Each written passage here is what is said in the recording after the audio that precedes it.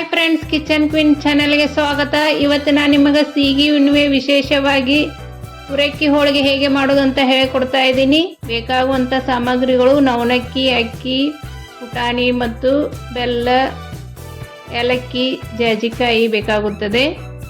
ಮೊದಲಿಗೆ 1 ಕಪ್ನಷ್ಟು ನವನಕ್ಕಿಯನ್ನು ತೆಗೆದುಕೊಳ್ಳಬೇಕು.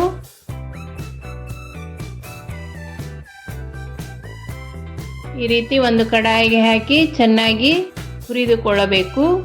ಇವು ಸ್ವಲ್ಪ ಕಲರ್ ಚೇಂಜ್ ಆಗಬೇಕು ಮತ್ತು ಚಟಪಟ ಅಂತ ಆವಾಜ್ ಆದರೆ ಸಾಕು. ಇದನ್ನು ತೆಗೆದುಕೊಳ್ಳಬೇಕು. ಈಗ 1/4 ಕಪ್ನಷ್ಟು ಅಕ್ಕಿಯನ್ನು ಅದನ್ನು ಹುರಿದುಕೊಳ್ಳಬೇಕು.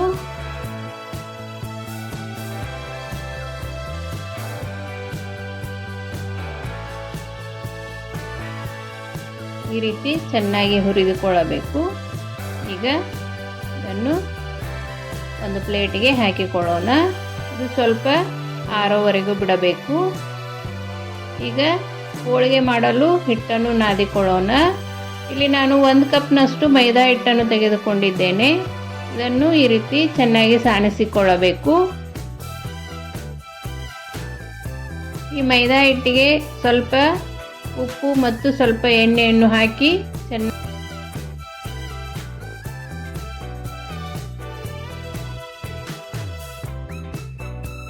ಈ ರೀತಿ ಹಿಟ್ಟನ್ನು ಚೆನ್ನಾಗಿ ಮಿಕ್ಸ್ ಮಾಡಿ ಸ್ವಲ್ಪ ಸ್ವಲ್ಪನೇ ನೀರನ್ನು ಹಾಕುತ್ತಾ ಹೋಳಿಗೆ ಹಿಟ್ಟಿನ ಹದಕ್ಕೆ ನಾದಿಕೊಳ್ಳಬೇಕು. ಬಹಳ ತೆಳುವೂ ಆಗಬಾರದು ಮತ್ತು ಬಹಳ ಗಟ್ಟಿಯೂ ಆಗಬಾರದು. ಈ ರೀತಿ ನಾದಿಕೊಳ್ಳಬೇಕು. ಈಗ ಮೇಲ್ಗಡೆಯಿಂದ ಸ್ವಲ್ಪ ಆಯಿಲನ್ನು 2 ಬದಿಗೆ ಹಚ್ಚಿ ಸ್ವಲ್ಪ ನೆನೆಯಲು ಬಿಡೋಣ. ಇದು ನೆನೆಯುವವರೆಗೂ ಹೂರಣ ರೆಡಿ ಮಾಡಿಕೊಳ್ಳೋಣ.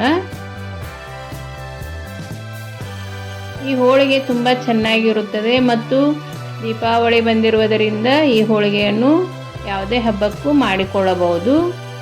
ಸ್ಕಿಪ್ ಮಾಡದೆ ವಿಡಿಯೋ ಪೂರ್ತಿಯಾಗಿ ನೋಡಿರಿ. ಯಾರಾದರೂ ಮೊದಲನೇ ಸಲ ನೋಡ್ತಾ ಇದ್ದರೆ ಸಬ್ಸ್ಕ್ರೈಬ್ ಮಾಡಿಕೊಂಡು ನೋಡಿರಿ. ಈಗ ಹುರಿದಿರುವ ನವನಕ್ಕಿ ಮತ್ತು ಅದಕ್ಕೆ ಪುಟಾಣಿ, ಏಲಕ್ಕಿ, ಜಾಜಿಕಾಯಿಯನ್ನು ಹಾಕಿ ಮಿಕ್ಸಿ ಮಾಡಿಕೊಳ್ಳಬೇಕು.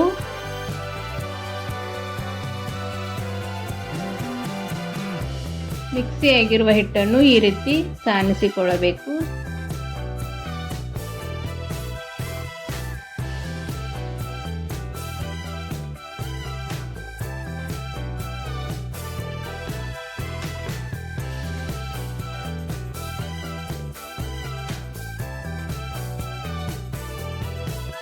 ಈಗ ಒಂದು ಕಡಾಯಿ ಇಟ್ಟು ಬೆಲ್ಲವನ್ನು ಕರಗಿಸಿಕೊಳ್ಳೋಣ.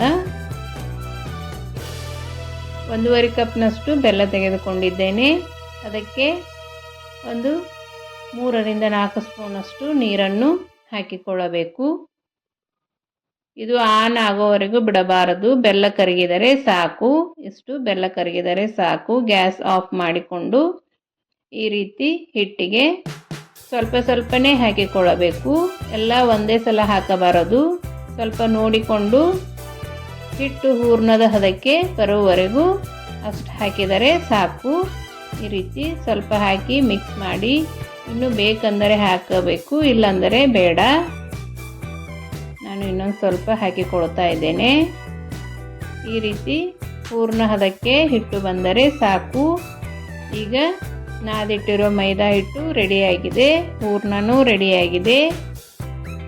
ಈಗ ಹೋಳಿಗೆ ಮಾಡಿಕೊಳ್ಳೋಣ. ಈ ರೀತಿ ಸ್ವಲ್ಪ ಹಿಟ್ಟನ್ನು ತೆಗೆದುಕೊಂಡು ಕೈಯಿಂದ ಈ ರೀತಿ ಹಿಟ್ಟನ್ನು ಮಾಡಿಕೊಳ್ಳಬೇಕು. ಈಗ ಇದಕ್ಕೆ ಹೂರ್ಣವನ್ನು ಈ ರೀತಿ ತುಂಬಿಕೊಳ್ಳಬೇಕು. ಒಬ್ಬಟ್ಟು ಮಾಡೋ ರೀತಿಯೇ ಇದನ್ನು ಈ ರೀತಿ ಚೆನ್ನಾಗಿ ಹಿಟ್ಟನ್ನು ತುಂಬಿಕೊಳ್ಳಬೇಕು. ಹೂರ್ಣವನ್ನು ತುಂಬಿಕೊಳ್ಳಬೇಕು. ಇದು ಮೇಲ್ಗಡೆ ಜಾಸ್ತಿ ಹಿಟ್ಟು ಬಂದರೆ ತೆಗೆದುಕೊಳ್ಳಬೇಕು, ಇಲ್ಲ ಅಂದರೆ ಹೀಗೆ ಮಡಚಿದರೆ ಸಾಕು. ಈ ರೀತಿ ಉಳ್ಳೆ ಮಾಡಿಕೊಳ್ಳಬೇಕು. ಈಗ ಹೋಳಿಗೆಯನ್ನು ಲಟ್ಟಿಸಿಕೊಳ್ಳೋಣ. ಸ್ವಲ್ಪ ಆಯಿಲನ್ನು ಹಚ್ಚಿಕೊಂಡು ರೀತಿ ಹೋಳಿಗೆಯನ್ನು ಲಟ್ಟಿಸಬೇಕು.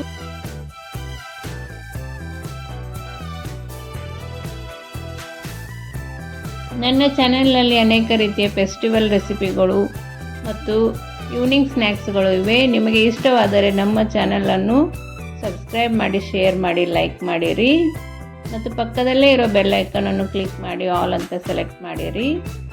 ಈಗ ಹೋಳಿಗೆಯನ್ನು ಎಣ್ಣೆಯಲ್ಲಿ ಹಾಕಿ ಚೆನ್ನಾಗಿ ಫ್ರೈ ಮಾಡಿಕೊಳ್ಳಬೇಕು. ಈ ರೀತಿ ಸಾವಕಾಶವಾಗಿ ಜಾರಿಯಿಂದ ಒತ್ತುತ್ತಾ ಹೋಳಿಗೆಯನ್ನು ಚೆನ್ನಾಗಿ ಫ್ರೈ ಮಾಡಿಕೊಳ್ಳಬೇಕು. ಎರಡೂ ಬದಿಗೆ ಗೋಲ್ಡನ್ ಬ್ರೌನ್ ಕಲರ್ ಬರೋವರೆಗೂ ಫ್ರೈ ಮಾಡಿದರೆ ಹುರಕ್ಕಿ ಹೋಳಿಗೆ ರೆಡಿ ಆಯಿತು. ಇದು ತುಪ್ಪದ ಜೊತೆ ತಿನ್ನಲು ತುಂಬ ಚೆನ್ನಾಗಿರುತ್ತದೆ.